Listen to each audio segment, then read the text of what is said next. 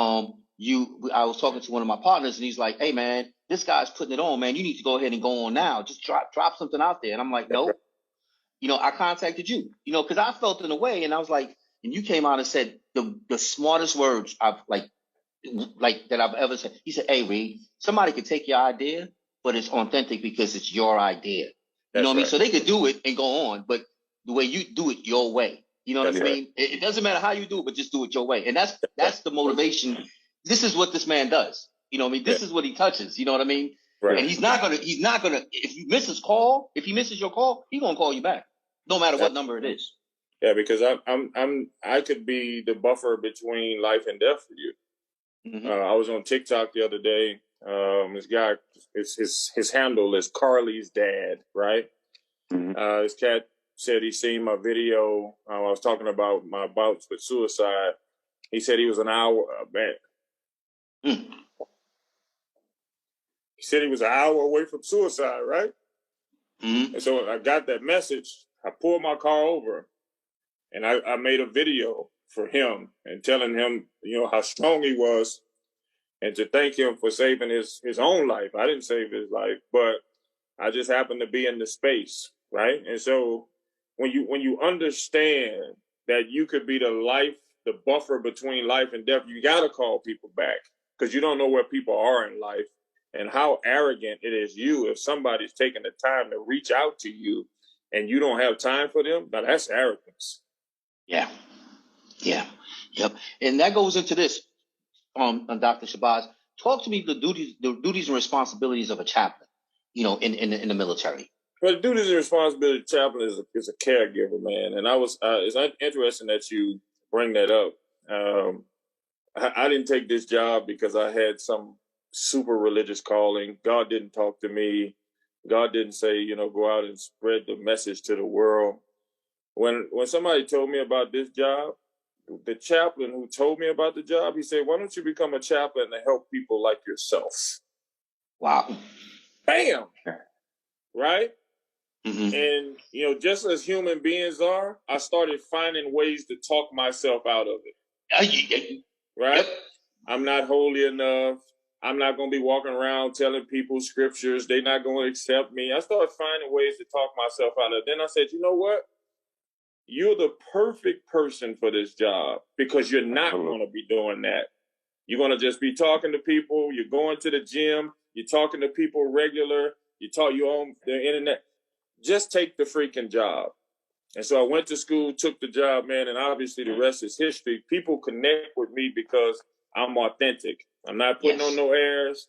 I don't want to talk about religion unless you want to talk about it. I don't want to talk about politics unless you want to talk about it. That's not who I am. My job is, when you come to me, you're going to leave stronger. That's all I want. I don't care what you believe. I don't care what your sexuality is. I don't care who you are, your race, your ethnicity. When you leave my presence, my objective is for you to be stronger. Wow. And so that being said, so what are your challenges? What are your challenges, as far as being a chaplain? And now there's two questions. There's a two-part question. The challenges is what are the challenges of being a chaplain? Number one, and number two, is being a Muslim chaplain. Because that's a little bit of it. That's the totality of the question, right? So being a chaplain is one thing. I'm a Muslim chaplain. There's only 5 in the army. We've been in conflict in the Islamic world for the last 18 years. So that brings its own challenges, because, we've had service members who have died at the hands of people who are in the Islamic faith. We have been deployed in Islamic countries. So that brings about a lot of challenges for me, right? My first duty station, I go in to shake my commander's hand. He won't shake my hand. He said, "We got some problems with your religion, how you guys treat women. Have a nice day." Wouldn't talk to me for 9 months, right? And so that's a challenge for me, right? And so what I've done is I've used strategy, my personality, and who I am to be successful. And what I mean by that is one of the greatest things in life is to understand who you are. I understand I'm an extremely large human being. So most people are going to be intimidated just by my presence, right? Yeah. Now I'm a chaplain. That's more intimidation because most chaplains are not necessarily socially acceptable people. Mm-hmm. Now I'm a Muslim chaplain, right? And so with those three things, if you understand who you are, now here comes the internet where I can show people that I am human, that I'm working out. The story that I told, that's a human story. Had nothing to do with religion. So people connect with that type of authenticity, and it has made me extremely successful, obviously. I was given an interview 3 weeks ago with the Wall Street Journal, and the lady said, we have interviewed presidents. We have interviewed senators and congressmen. You are the most interesting person I ever met in my life. Right? Yeah. Just think about that. Being able to navigate the space that I'm in, being who I am, right? Yeah. That's all about human connection. That's about understanding who you are and not being afraid to go out and connect with people, even though that initial, whatever that is, anxiety, that friction is going to be there. That's on me.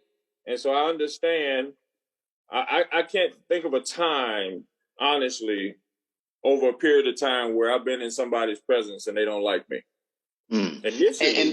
Initially, it's tough for them. I understand that. Yeah. But after 2 or 3 conversations, we're good. Yeah. Yeah. And what's important about that is, and I think this is where religious people have a problem, in my opinion. Hmm. The guy or girl that I connected with, you don't have to believe what I believe to be connected with me. No, not at all. You see, that's sincerity. I can care less what you believe. If you're a good person, you'll stay in my life. If you're a bad person, I'm going to try to help you through your badness because I have a responsibility, right? Most people are not mature enough to think like that because the only people we want around us is people who believe like us. I think that's a flaw. Yeah. And that's a flaw. I don't have to think like you. As a matter of fact, if I don't think like you, we're going to learn and grow from each other, even though there's conflict, right? Hallelujah. Hallelujah. And that goes to, like, say, for instance, like a perfect story. Like,